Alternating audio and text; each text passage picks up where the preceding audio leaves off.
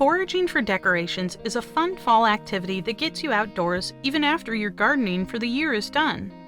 It's easy to create a gorgeous wreath in only a few hours using natural materials you can find in your own backyard. And the best part is, it's free. This is Laura from Gardening Know-How, and today I'm going to show you how to forage and weave a beautiful fall wreath. You can find grapevine wreath forms at any craft store, but it's a lot more fun to create your own. Wild grapes are a common sight here in Michigan, but you can use any kind of vining plant you have on hand to create a wreath. Honeysuckle works particularly well, plus it helps keep the invasive bushes in line. If you don't have any vines in your own yard, ask your neighbors if they might let you forage from theirs. Never cut vines or any plants from someone else's property without their permission. Most people will be happy to get rid of overgrown vines. Just be sure to ask first.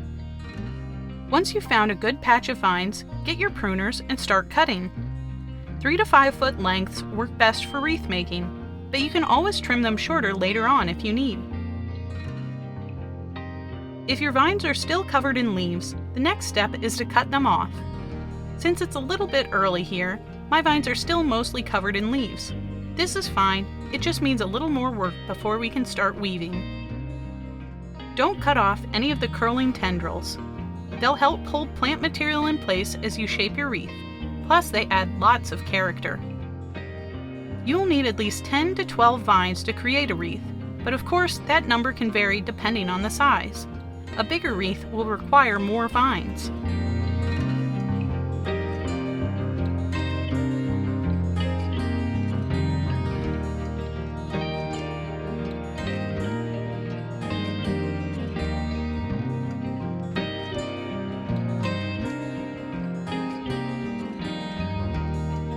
Once your vines are free of leaves, it's time to gently place them in a tub or bucket of water to soak for at least 1 hour. Depending on how woody your vines are and how long you wait between pruning and weaving, this process could take from 1 hour to overnight. My vines are still quite flexible because I just cut them, so I'll soak them for about an hour. Now my vines are bendy and ready to weave. Start with your longest and thickest vine and create a circle in your desired size.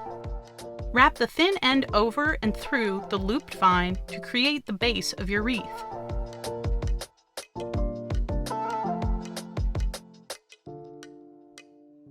Pick up your second thickest vine. Insert under the base vine and weave over and through until you reach the end of the second vine. It's around this step you start to realize why you don't want vines that are too long. They can be quite unwieldy. If any of your vines are too long or too stiff at the thick end, just go ahead and cut them shorter to make them easier to work with. Keep wrapping each vine until you reach the end, then pick up the next thickest vine and repeat. Do this over and over until your wreath reaches your desired thickness.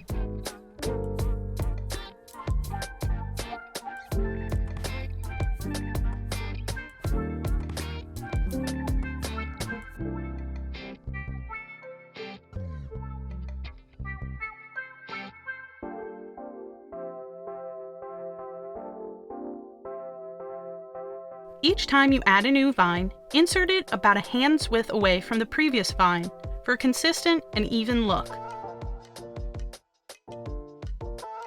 As you can see, I'm weaving my vines over, but you can weave under your vines as well. It's just a matter of what is more comfortable for you. But try to be consistent and stick with whatever direction you choose. You can alternate under and over every other vine for a more nest-like appearance. But if this is your first time weaving, it's easiest to pick one direction and stick with it.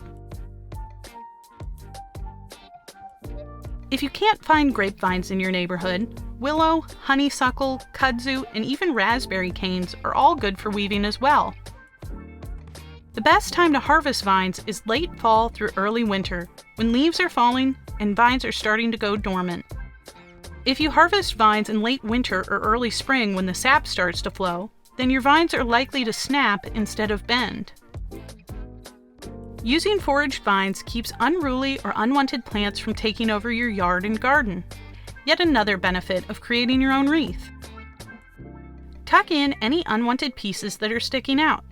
It can be a bit tricky to weave when there are a lot of little tendrils, but they are so cute and add so much character, they're worth the trouble. When you're happy with how your wreath looks, hang it or lay it flat somewhere dry and breezy and dark for a few days to weeks. Your wreath will shrink as it dries, so it's always better to make wreaths larger than you think you need. While your wreath is drying, you can continue foraging for flowers and greenery to decorate it. You can dry flowers first to create a longer lasting wreath, but I'm going to use fresh for mine. I'm using goldenrod, cedar, and ornamental grasses. Gather your foliage and flowers, scissors or pruners, and some zip ties or floral wire. Add the biggest, boldest decorations first, in this case, the big sprays of goldenrod. This part is all a matter of taste. Use whatever you have on hand and you think looks pretty. Pick your favorite fall flowers and greenery to use on your wreath. Sunflowers, asters, black-eyed Susans, dried seed pods, boxwood, and other evergreen cuttings all look great. You can also add acorns, pine cones, gourds, leaves, or twigs to your wreath. It all depends on what you can find. Every foraged wreath is unique and will change throughout the year.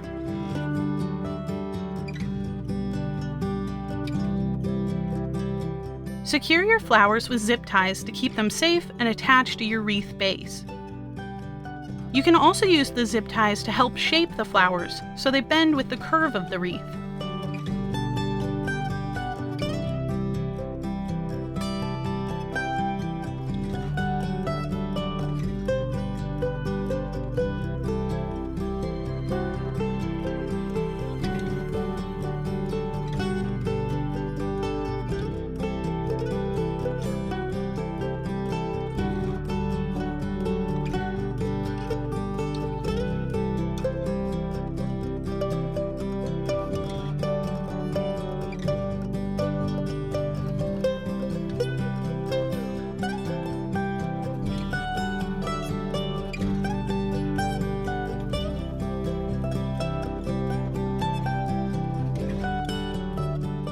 Add in some green with clippings of cedar.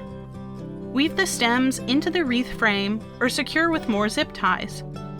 Make sure to leave some wreath exposed so everyone can see your gorgeous woven grapevines. Trim any flowers and greens that are too big to get the look you want. Keep adding and arranging, and if you don't like how your wreath is looking, stop and start again. Play around with the arrangement before securing it. Then once you're happy, come in with the zip ties or floral wire. I'm going to add some ornamental grasses for texture, and then I'm done. Trim any long stems and clip the tails off the zip ties.